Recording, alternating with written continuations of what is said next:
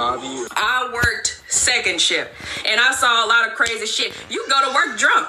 You could go to work drunk off your ass. Everybody there, except the older people, were drunk. Yes. Down to the meat. I knew I wasn't going to work there for long when I told that little dumbass supervisor, he was younger than me.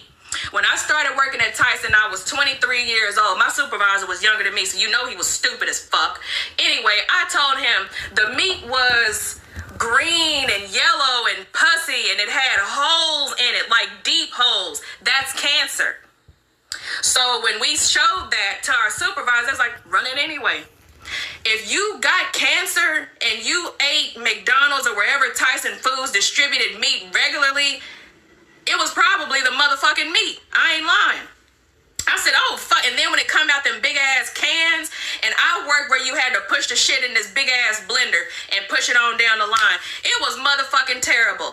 It got so bad, McDonald's was sending the shit back. If you eat at McDonald's now, your stomach should feel a little bit better. Because when I worked there years ago, McDonald's was sending the meat back because the meat was smelling horrible and it was terrible. But that's just some of the shit that I've seen. I've been waiting to expose Tyson. We can make this a series if you want to, but we're going to start here. This is part 1. Here's how to know if you're eating fake lab-grown meat or real meat. Companies are trying to use sneaky words so that you don't know the difference. If you see on a label where it says cell cultured meat or cultivated meat, it is really lab-grown meat, not the real thing. I don't know why companies can't just be honest and say it's cell-grown meat and give you the choice, but now you know how to spot the difference between real meat and fake lab-grown meat.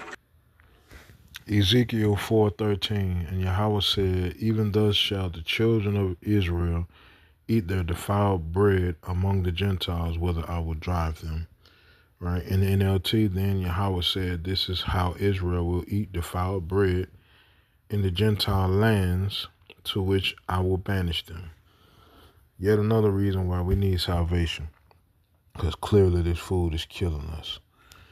Call Elohim La Yahweh Ba Shem Yahweh Shai Ba Shem Haro Kakudah Shalom Yashalawa Baba Ba. Papayas, natural. If you take the seeds from the papaya, dry them out, grind them up, that is a natural pepper instead of the pepper you're buying off the shelf. Papaya seeds can be dried and grinded and turned into alkaline black pepper. MK, pumpkin head. See how big those limes are? Not natural. Lemons are hybrids, not natural.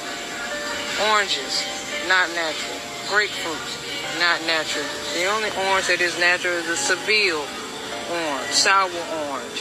And you will hardly find those unless you go to an international farmer's market. What the plan seems to be is to take over the world food supply and make sure we have only food left for Monsanto. Only genetically modified food. We cannot digest anything that's genetically modified because we do not have the fitting enzymes to digest it. That food is now dead and mutated, filled with pesticides or whatever it might be.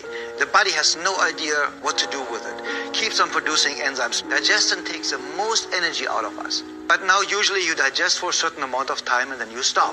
But with genetically modified food, it's in your body for hours or days or weeks. And the body keeps on trying to get rid of it. The food is not being digested. It's rotting away and constantly producing toxins and toxic gases. Genetically modified food will cause cancer. It's a